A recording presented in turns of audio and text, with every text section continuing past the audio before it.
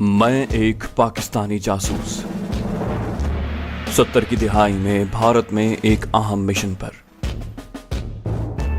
भारत की tank regiments की मालूमात के लिए अहमदनगर पहुंच चुका हूं। पूरी कहानी सुनने के लिए चैनल को सब्सक्राइब कीजिए और वीडियो को लाइक कीजिए और कमेंट करके बताइए कि आपको हमारी कहानी कैसी लगी। तो आइए कहानी की तरफ चलते हैं।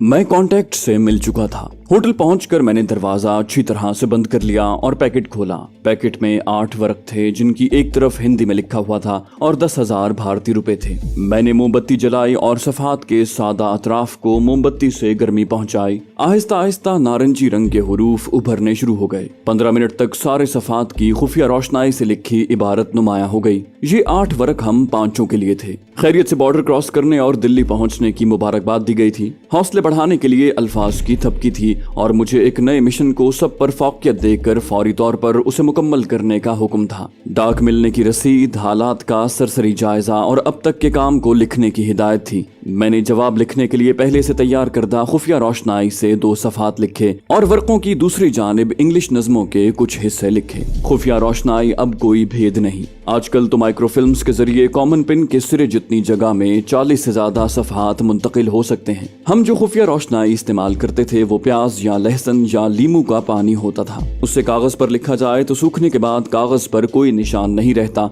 और जब उसी कागज को गर्मी पहुंचाई जाए तो लिखे हुए अल्फाज नुमाया हो जाते हैं। मुझे अगले दिन कांटेक्ट को एक दूसरी जगह 10 बजे मिलना और अपना पैकेट उसे देना था। दूसरे दिन ठीक 10 बजे हम मुकर्ररा जगह पर मिले और मैंने अपना पैकेट उसके हवाले कर दिया। साथियों के खत मैंने कांटेक्ट के वापस जाने के बाद उन्हें दिए। हम अपने वतन से इस पहले राब्ते पर बहुत खुश थे। इन 8 वर्कों ने हमारे हौसले और बढ़ा दिए थे। हमने एक बार फिर अपने मिशन की तकमील के लिए तजदीद अहद की और थोड़ी देर बाद मैं वापस अपने होटल आ गया और आते ही अपने नए मिशन की तैयारियों में मसरूफ हो गया। मैंने लिप्टन ग्रीन लेबल और ब्रुक बॉन्ड रेड लेबल के 6 टिन लिए। रात को उनकी ब्लेंडिंग की और उन्हें अंदाजन 200 ग्राम के पैकेटों में बांधकर सोल्यूशन टेप से बंद कर दिया। मैं मिशन की तकमील के लिए दिल्ली से बाहर जा रहा था, लिहाजा रात भर मुख्तलिफ तरकीबें सोचता रहा। दूसरे दिन मैंने साथियों को अलविदा कहा। ट्रांसमीटर जो उनके आगरा और झांसी जाने के दौरान मैंने अपने पास रख लिया था उन्हें वापस किया। होटल वापस आकर मैं जल्द ही गहरी नींद सो गया। अगले रोज सुबह सवेरे मुझे रवाना होना था।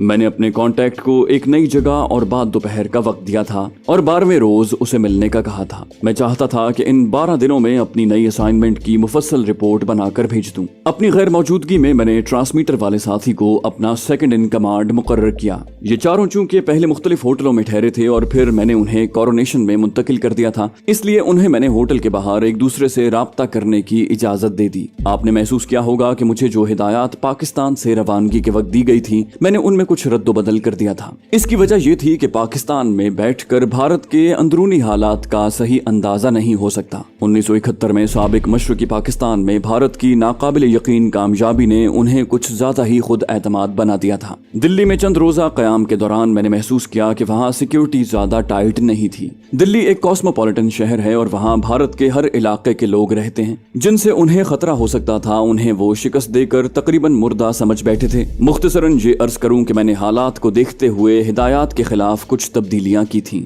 ये तब्दीलियां महज रिहाइश, बॉर्डर के गाइड्स को वापस भेजने और दिल्ली पहुंचने के लिए तयशुदा रास्ते की बजाय मुख्तलिफ रास्ता इख्तियार करने तक थी, क्योंकि बॉर्डर क्रॉस करने के बाद मिशन की कामयाबी और साथियों का तहफ्फुज कुल्लियतन मेरी जिम्मेदारी थी। मुझे अहमदनगर जाना था। पाकिस्तान में ब्रीफिंग के दौरान भी बताया गया था कि अहमदनगर भारतीय आर्मर्ड यानी टैंकों की ट्रेनिंग का मरकज है। इस ट्रेनिंग सेंटर में आर्मर्ड कोर के जवानों को न सिर्फ पहले से मौजूद टैंकों और उनकी गन्नों को चलाने की मशक करवाई जाती है, बल्कि रूस से दरामद शुदा T सीरीज के नए टैंकों की ट्रेनिंग भी दी जाती है। छतों पर या शादियों में हवाई फायरिंग करने वाले माहिर निशानची और माहिर असलहा हरगिज नहीं हो सकते।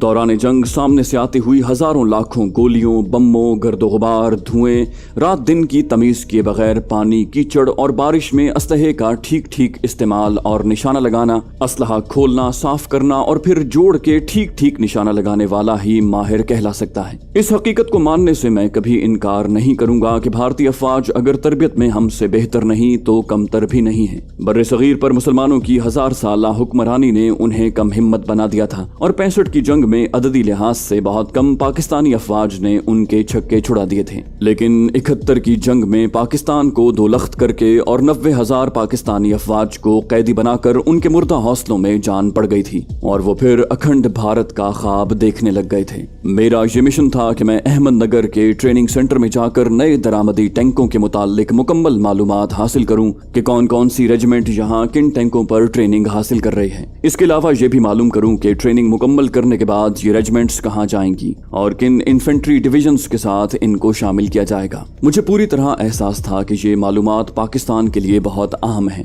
भारत के पास मुल्की साख्ता विजयंत टैंक भी थे जो बहुत वजनी और नकलो हरकत में बहुत सुस्त थे। 1965 में भारतीय commander in chief general Chaudhary को इन टैंकों पर बहुत गुरूर था। इन्हें स्याह हाथी यानी ब्लैक एलिफेंट का नाम दिया गया था। देखने में ये पहाड़ जैसा टैंक पाकिस्तानी RR बजूका और हवाई जहाजों के लिए सिटिंग डक साबित हुआ।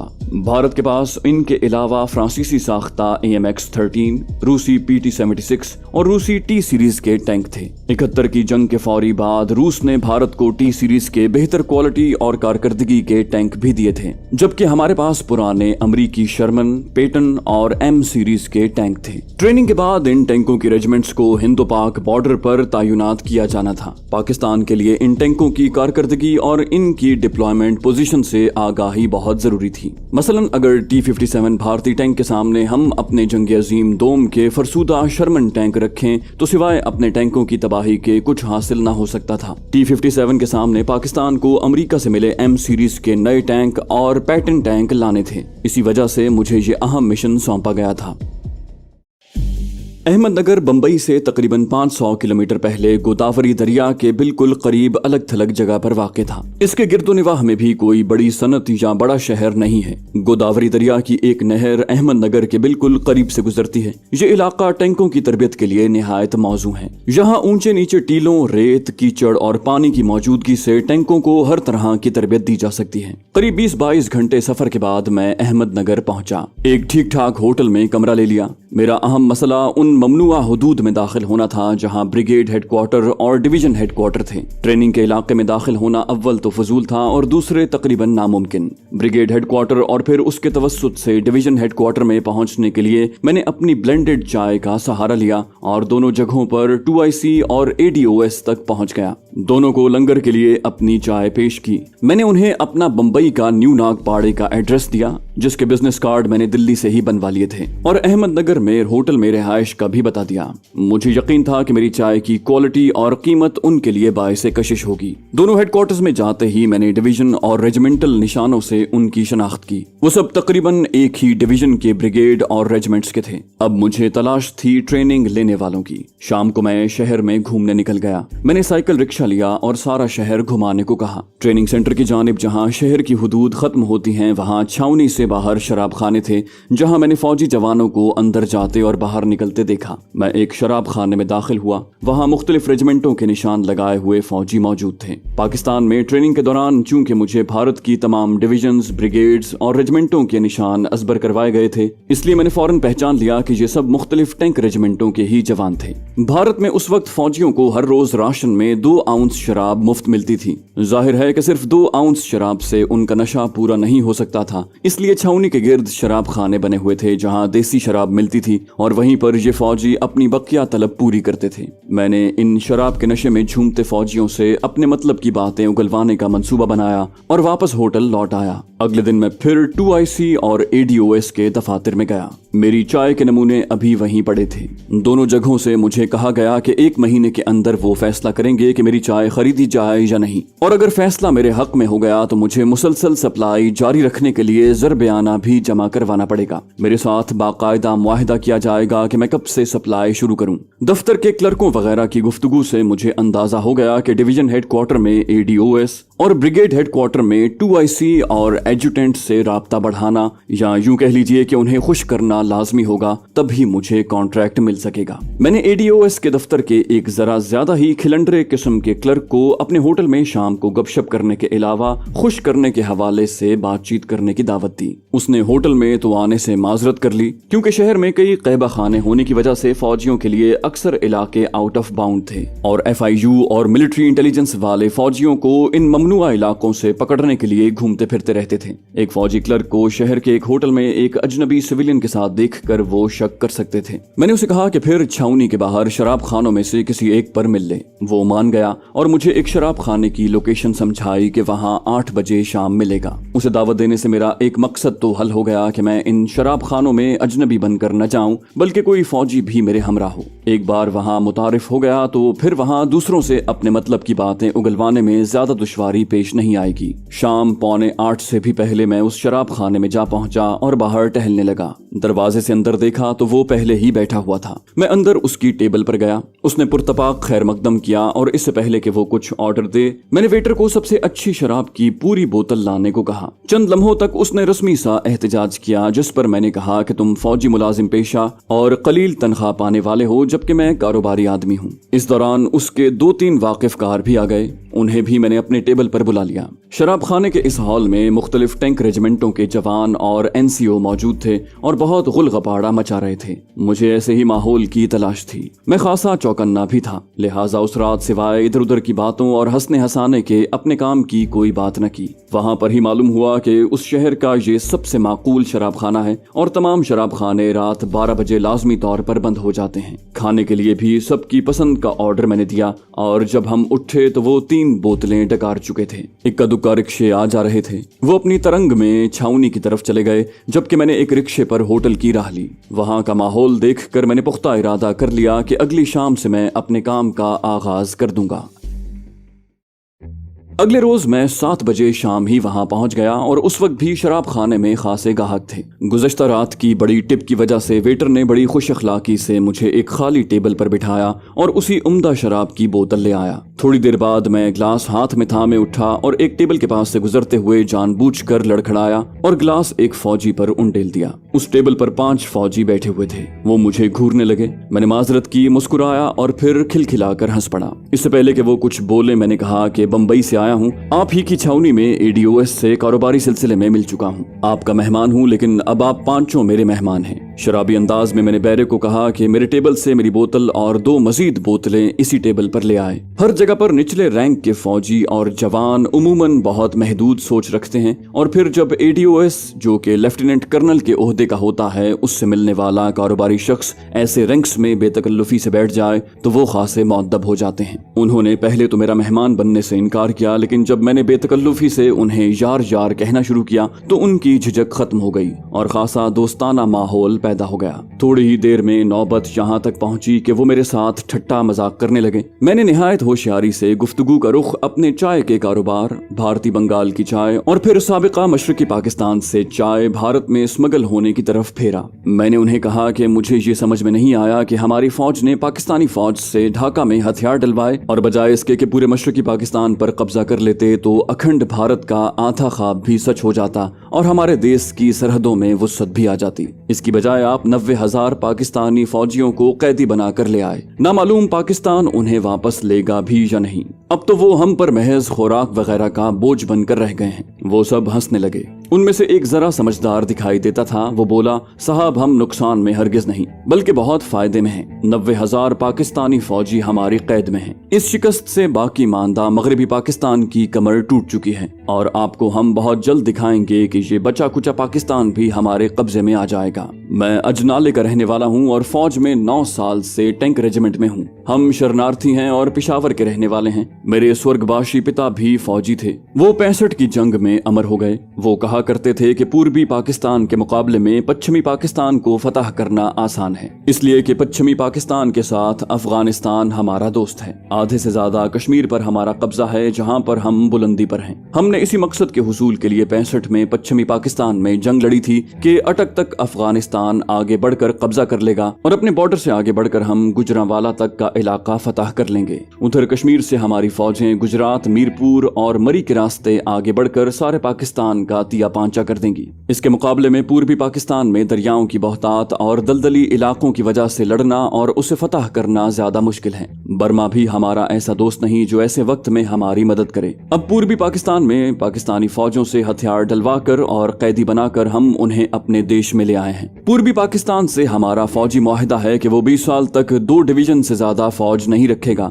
हमारे ज़ेरे एहसान मुजीब की वहाँ हुकूमत है। अब पश्चिमी पाकिस्तान की फौज हमसे लड़ने से पहले 100 बार सोचेगी कि उनके 90,000 मुस्लिम फौजी पहले ही हमारी कैद में हैं। अनकरीब हम आपको एक और बड़ी फतह की खबर देंगे। गर्जे के शराब के नशे में उसने खासी वाही तबाही बकी और मैं सोच रहा था कि महज चंद हजार मुसलमान गैर मुल्की फौजियों के बलबूते पर 1000 साल तक हुकूमत करने वाली कौम को ये 1000 साला गुलाम कौम का फर्द यूं बढ़ बढ़ कर ललकार रहा है जैसे कभी अपनी शिकस्त का ख्वाब तक न देखा हो। अपनों की गद्दारी की वजह से एक शिकस्त ने हमारी 1000 साला फतुहात और हुक्मरानी की दहशत को पाश पाश कर दिया। जोश से मेरा खून उबलने लग गया। जी चाहता था कि बोतल को तोड़कर उसी के टुकड़े से उसे जहन्नम वासिल कर दूं, लेकिन मसलहत और हुसूल मकसद की वजह से मैं न सिर्फ खामोश रहा बल्कि इन बढ़कों में उनका साथ भी देता रहा।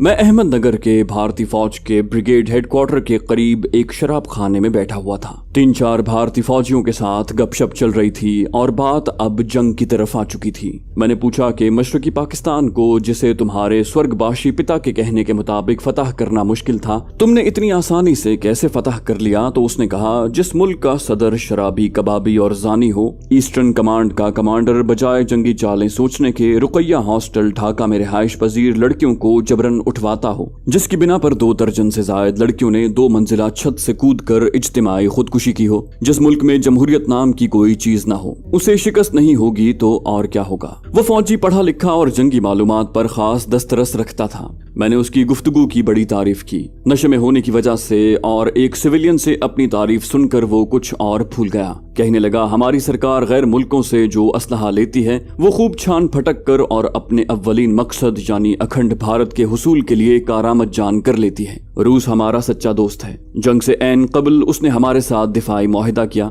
यूएनओ में कश्मीर के मसले को हमेशा वीटो किया। 1962 में चीन के साथ जंग महज हमारी एक चाल थी कि हमें अमरीकी असलहा मुफ्त में मिल सके। रूस से दोस्ती के बावजूद हमने सिर्फ उसी एक मुल्क से अपने हथियारों के हुसूल की वाबस्तगी नहीं रखी। हमने बरतानिया, फ्रांस, पोलैंड और यूगोस्लाविया से भी हथियार लिए। 65 की जंग के बाद रूस ने हमें मिसाइल बोट्स ऑफर की, जिन्हें हमने फौरन ही ले लिया, जबकि वैसी ही मिसाइल बोट्स चीन ने पाकिस्तान को देने की पेशकश की, जिन्हें पाकिस्तान नेवी की आला सतही टीम ने लेने से सिर्फ इनकार इसलिए किया कि उनमें अफसरों और जवानों के रिहायशी कमरे अलग अलग न थे बल्कि एक साथ थे। जिन्हें पाकिस्तानी नेवी की आला सतही टीम ने लेने से सिर्फ इसलिए इनकार कर दिया कि उनमें अफसरों और जवानों के रिहायशी कमरे अलग न थे बल्कि एक साथ थे। हमारी रूसी मिसाइल बोट्स ने ही पाकिस्तान के डिस्ट्रॉयर खैबर के चंद लम्हों में टुकड़े कर दिए। फ्रांसीसी टैंक AMX-13 की गोला फेंकने की रेंज 16 किलोमीटर है। PT-76 किस्म के पानी में तैरने वाले टैंक रूसी हैं,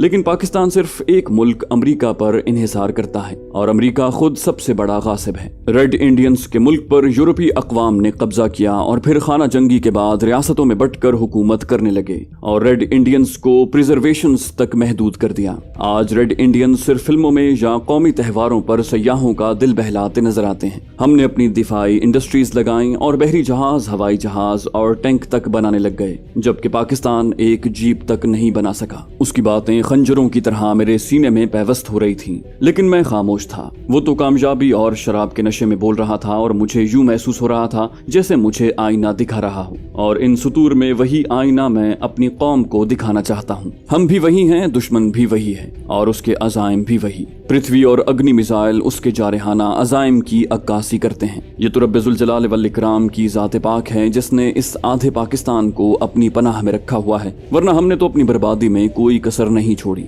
डॉक्टर अब्दुल कदीर खान को दुआएं देता हूँ जिसने वतन की मोहब्बत में अपनी अनथक मेहनत और खौफ की परवाह किए बगैर अरबों डॉलर की पेशकश को मुस्तरद करके पाकिस्तान को एटॉमिक पावर बना दिया, वरना भारत तो 1974 में पाकिस्तानी सरहदों के करीब एटमी धमाका कर चुका था। हमारे न्यूक्लियर पावर बनने की वजह से ही भारत तिलमिला रहा है, वरना उसने तो हमारे पाकिस्तान को भी साबिका मशरकी पाकिस्तान की तरह तरने वाला ही समझ लिया था।